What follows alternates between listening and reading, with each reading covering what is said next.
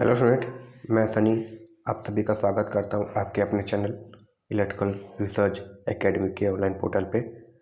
आज important session है और हम लोग क्या देखने वाले हैं सर, इलेक्ट्रोमैग्नेट के जितने इंपॉर्टेंट क्वेश्चन बनते हैं बेसिक इलेक्ट्रिसिटी में आते हैं। कौन थे हमारे? इलेक्ट्रोमैग्नेट यानी वैद्युत चुंबक। ठीक है, और इम्पोर्टेंट सेशन है, तो सेशन पसंद आएगा तो इसको लाइक शेयर और सब्सक्राइब जरूर कर देना। और 3 बजे वाला वीडियो देखना, उसमें क्या कमी है उसको बताने का प्रयास जरूर करना, उसको दूर करने का प्रयास किया जाएगा।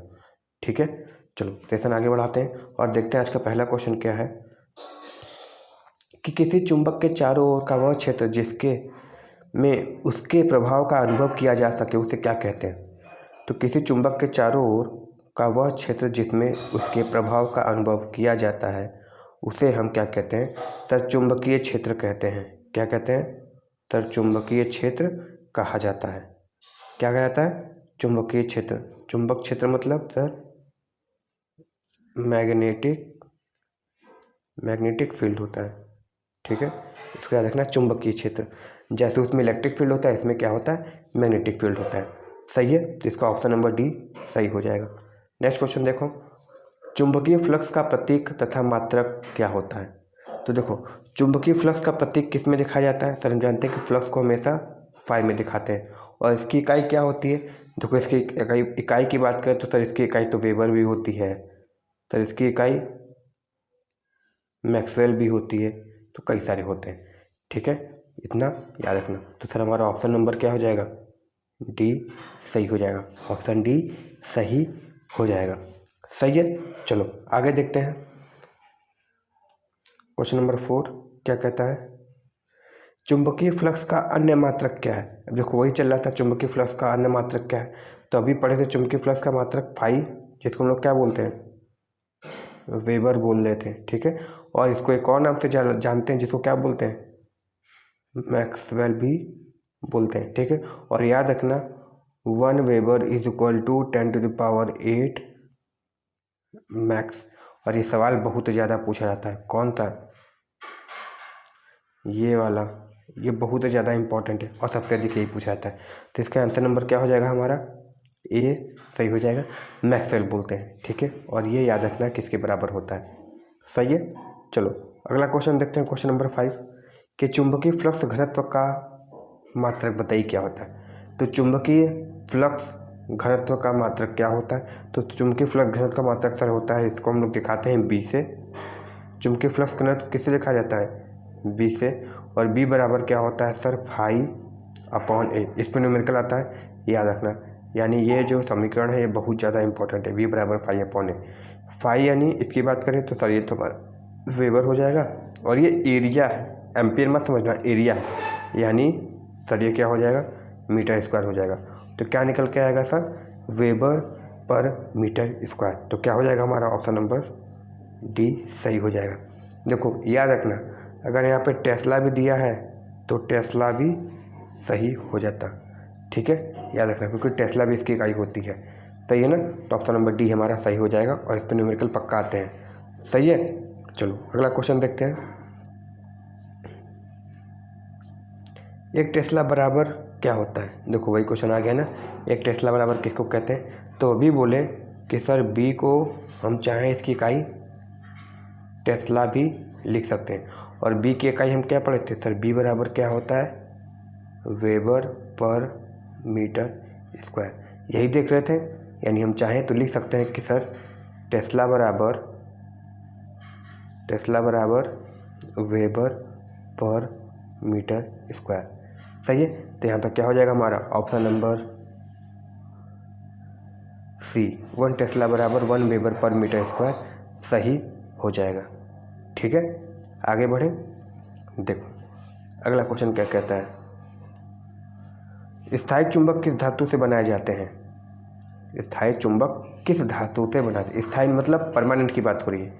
ठीक है, टेम्पोररी नहीं, परमानेंट मैग्नेट। तो सर जो परमानेंट मैग्नेट होती है वो ना तो अल्निको से बनाई जाती है, ना अल्कोनिक से। बनाई किसकी जाती है सर? कार्बन स्टील की हो सकती है या कोबाल्ट स्टील की हो सकती है।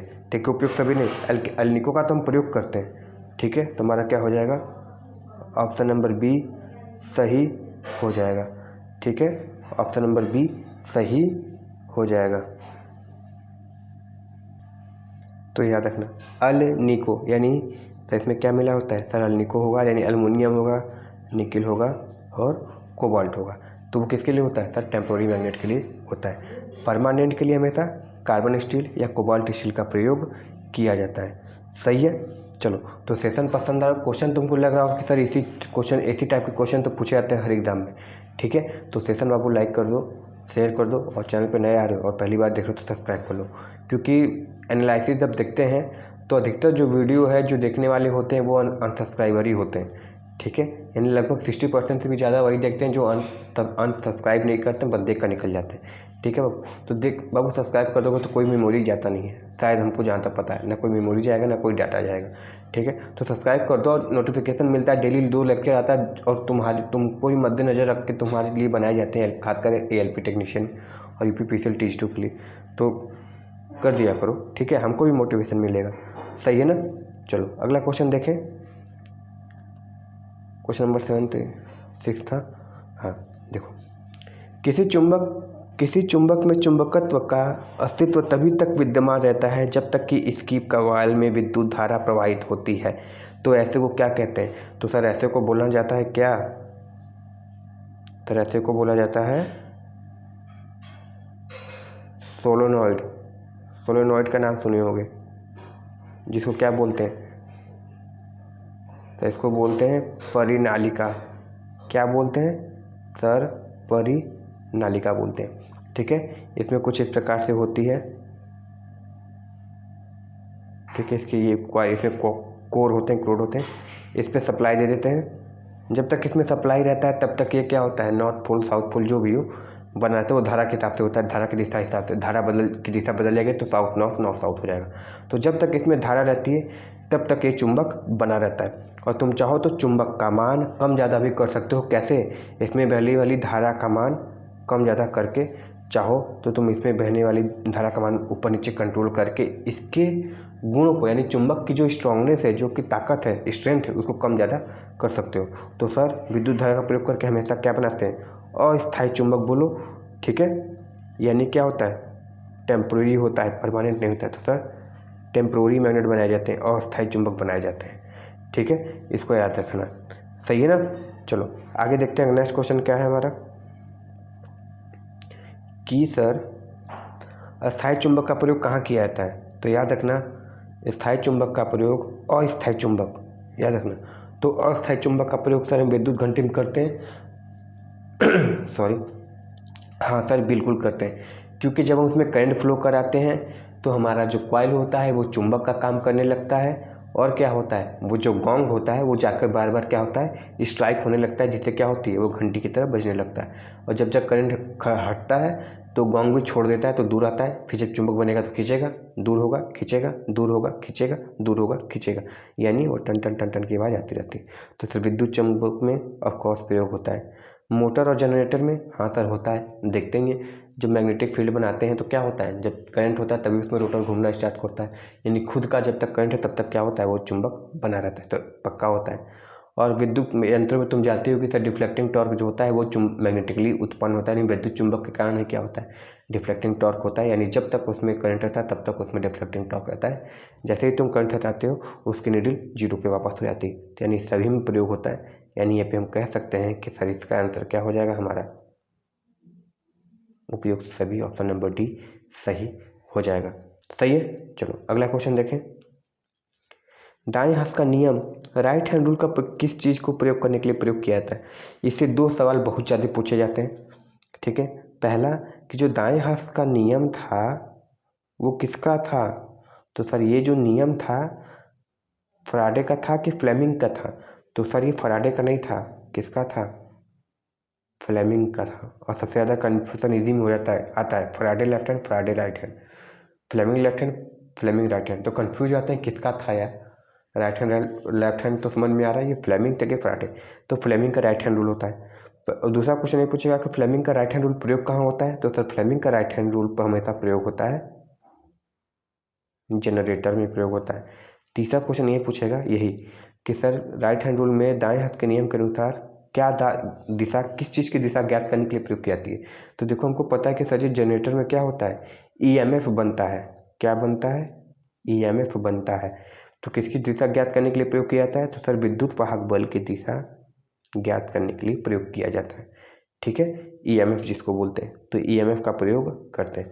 लेफ्ट हैंड में किसका प्रयोग करते हैं, तो सर करंट की दिशा ज्ञात करने के लिए, क्योंकि इसमें हम करंट देते हैं। ठीक है, तो करंट की दिशा जो ज्ञात की जाती है वो लेफ्ट हैंड रूल से प्रयोग की जाती है, जो कि किस में लगाई जाती है, मोटर में लगाई जाती है।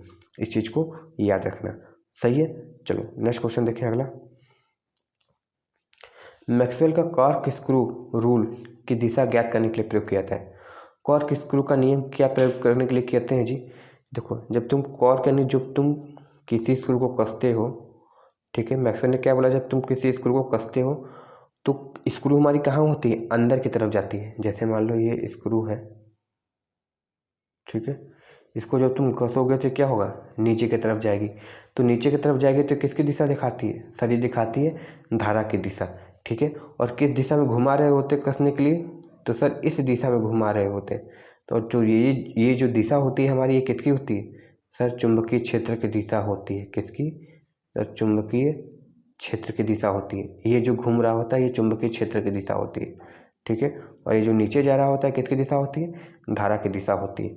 तो सर क्या चीज़ ज्ञात करने के लिए पता करते हैं, तो सर हम चुंबकीय क्षेत्र की दिशा ज्ञात करने के लिए पता करते हैं। क्या चीज़, चुंबकीय क्षेत्र, नहीं दिख रहा, चलो ये देखो किसके लिए, तो सर चुंबकीय क्षेत्र की दिशा ज्ञात करने के लिए मैक्सवेल के कॉर्क स्क्रू रूल का नियम का प्रयोग करते हैं। सही है, चलो अगला क्वेश्चन देखो। एमएमएफ याद रखना, पहली कहानी है एमएमएफ मतलब मैग्नेटोमोटिव फोर्स है। तो पूछेगा कि एमएमएफ का फुल फॉर्म क्या होता है, तो सर मैग्नेटोमोटिव फोर्स। और दूसरा सवाल ये पूछेगा कि जैसे वैद्युत परिपथ में ईएमएफ होता है, जैसे वैद्युत परिपथ में ईएमएफ होता है, वैसे चुंबकीय परिपथ में एमएमएफ होता है। ईएमएफ की यूनिट क्या होती है सर, वोल्ट होती है। और एमएमएफ की यूनिट क्या होती है सर, एम्पियर टर्न होती है। एम्पियर टर्न नहीं लिखेगा तो कभी कभी एम्पियर भी लिख देगा, क्योंकि टर्न कोई मौलिक इकाई नहीं होती। ठीक है, फिलहाल इसमें दिया हुआ है, यानी सर हमारा ऑप्शन नंबर डी सही हो जाएगा। ठीक है, याद रखना। वोल्ट किसकी इकाई है, सर विभव की। एम्पियर धारा की। ये एम्पियर टर्न एक मीटर दिया हुआ है, एम्पियर टर्न पर मीटर, यानी सर NI/L। याद रखना एमएमएफ का फॉर्मूला क्या होता है, तो सर एमएमएफ का फॉर्मूला होता है N×I, यानी धारा गुणे टर्न। और NI/L किसका फॉर्मूला होता है, H का, यानी क्या होता है, मैग्नेटाइजिंग फोर्स जो होती है। ठीक है, चुंबकीय बल जो चुंबकत्व बल जो होती है उसकी इकाई क्या होती है, एम्पियर टर्न पर मीटर। तो ये सब यूनिट याद रखो। देखो मैग्नेट ऐसी चैप्टर है कि तुमसे यूनिट ही अधिक पूछेगा और तुमको यूनिट में ही फंसाएगा। ठीक है, तो यूनिट गलत नहीं होना चाहिए। सही है ना, चलो नेक्स्ट क्वेश्चन देखो। विद्युत सर्किट के प्रतिरोध के समान ही विद्युत चुंबकीय सर्किट में चुंबकीय फ्लक्स की गति पदार्थ प्रस्तुत की गई है। अच्छा, विद्युत सर्किट के प्रतिरोध के समान ही चुंबकीय सर्किट में चुंबकीय फ्लक्स की गति में पदार्थ द्वारा प्रस्तुत की गई बाधा उस पदार्थ का क्या कहलाता है। अच्छा यार सिंपल देखो, यही पूछ रहा है कि जैसे विद्युत सर्किट में तुम्हारा क्या होता है, प्रतिरोध होता है, उसी तरह चुंबकीय परिपथ में क्या होता है तुम्हारा, तो चुंबकीय परिपथ में सर हमारा एस होता है। इसको बोलते हैं रेसिस्टेंस, जिसको प्रतिरोध बोलते हैं, और इसको बोलते हैं रिलक्टेंस। याद रखना, रिलक्टेंस मतलब प्रतिष्ठब्य बोलते हैं। क्या बोलते हैं, प्रतिष्ठब्य। अगर इसके फॉर्मूले की बात करें किसके, रेसिस्टेंस के, तो R बराबर क्या होता है, रो L/A हो जाता है। इसके फॉर्मूले की बात करें तो क्या होता है, 1/μ L/A। सेम कहानी वही होती है, यहाँ पर रो 1/μ हो जाता है। इसकी यूनिट की बात करें तो क्या हो जाता है सर, इसकी यूनिट हो जाती है एम्पियर टर्न पर वेबर, इसकी यूनिट हो जाती है। इसको याद रखना, या फिर कभी कभी हेनरी इनवर्स भी लिखेगा तो गलत नहीं है। तो इसकी यूनिट याद रखना, ये दोनों बहुत ही कंपेयर करके पूछा जाता है। सही है, तो इसकी इकाई क्या हो जाएगी सर, ये हमारे आंसर हो जाएगा इसका रिलक्टेंस। सही है ना, चलो अगला क्वेश्चन देखें। परमिबिलिटी की इकाई क्या होती है जी, परमिएबिलिटी की इकाई क्या होती है, ध्यान से देखना। जैसे वहाँ पे रेसिस्टिविटी ध्यान से देखना, जैसे वहाँ पे रेसिस्टिविटी होती है चुंबकीय सर्किट में, रेसिस्टिविटी होती है, उसी तरह चुंबकीय परिपथ में क्या होती है, रिलक्टिविटी होती है। क्या होती है, तो इसको अच्छे से लिखें तो समझ में आएगा। सर जैसे विद्युत सर्किट में रेसिस्टिविटी होती है, रेसिस्टिविटी होती है, उसी तरह चुंबकीय परिपथ में सर रिलक्टिविटी होती है। ठीक है, जिस तरह सर इसका उल्टा यहाँ पे क्या होती है, कंडक्टिविटी होती है, उसी तरह इसका उल्टा क्या हो जाता है सर, इसकी उल्टी हो जाती है परमिएबिलिटी, परमिएबिलिटी। ठीक है, याद रखना। तो रिलक्टिविटी की उल्टी परमिएबिलिटी हो जाती है। ठीक है, इसको याद रखना। तो रेसिस्टेंस का उल्टा इसकी कंडक्टिविटी क्या होती है, ओम इनवर्स होती है। यही होता है ना कंडक्टिविटी, यानी जिसको हम क्या बोलते हैं, महो बोलते हैं या साइमन बोलते हैं। तो इसी तरह इसकी इकाई क्या होती है, तो रिलक्टेंस का इकाई क्या थी हमारी, तो रिलक्टेंस की इकाई थी हमारी एम्पियर टर्न पर वेबर, यही था ना, एम्पियर टर्न वेबर। तो उल्टा क्या हो जाएगा, वेबर पर एम्पियर टर्न। या फिर इसकी इकाई एक और थी, क्या थी, हेनरी इनवर्स। तो इकाई, इसकी इकाई क्या हो जाएगी, तो इसकी इकाई क्या हो जानी चाहिए, हेनरी हो जानी चाहिए। तो ऐसा कुछ यहाँ पे दिया नहीं है, इसलिए इसका आंसर क्या हो जाएगा, इसका कोई मात्रक नहीं होता है। सही है, याद रखना इसका कोई मात्रक नहीं होता है। नेक्स्ट क्वेश्चन देखो, विद्युत सर्किट के विशिष्ट प्रतिरोध की भांति चुंबकीय परिपथ में क्या होता है। तो जैसे उसमें विशिष्ट प्रतिरोध होता है, इसमें क्या होगा, विशिष्ट रिलक्टेंस होगा। बोले ना, रेसिस्टेंस और रिलक्टेंस दोनों सेम होते हैं। अब यहाँ पे विशिष्ट प्रतिरोध है, अगर यहाँ पे विशिष्ट प्रतिरोध है, यहाँ पे क्या होगा, विशिष्ट रिलक्टेंस होगा। रिलक्टेंस बोले या प्रतिष्ठा भी बोले, बात एक ही है। ठीक है, विशिष्ट रिलक्टेंस होगा। याद रखना, रिलक्टेंस को एस से दिखाया जाता है, कभी कभी पूछेगा तो कंफ्यूज मत होना। सही है, चलो लास्ट क्वेश्चन देखो आज का, परमियंस की इकाई क्या होती है, परमियंस की इकाई क्या होती है, रिलक्टेंस की इकाई क्या होती है जी। ठीक है, परमियंस की इकाई क्या होती है हमारी, रिलक्टेंस होती है, रिलक्टेंस होती है। ठीक है, तो रिलक्टेंस की इकाई होती है हमारी एम्पियर टर्न पर वेबर। तो परमियंस क्या होगा, जैसे इसका उल्टा हो जाता है रिलक्टेंस का, तो क्या हो जाएगा, वेबर पर एम्पियर टर्न, दिया हुआ है वेबर पर एम्पियर टर्न, इसका सही हो जाएगा। ठीक है, चलो आई होप समझ में आ गया होगा, आगे देखते हैं। हाँ, यहाँ पे इसकी कोई इकाई नहीं होती, सही है। चलो, तो आई होप बाबू ये सेशन पसंद आया होगा, और सेशन पसंद आए तो इसको बाबू लाइक करो, शेयर करो, और चैनल पे नए हो तो सब्सक्राइब करो। ठीक है, मोटिवेशन बढ़ाओ यार प्लीज़। ठीक है, चलो मिलते हैं नेक्स्ट वीडियो में, तब तक के लिए भाई लाइक शेयर सब्सक्राइब जरूर करना। मिलते हैं नेक्स्ट वीडियो में, thank you very much, all the best, जय हिंद जय भारत।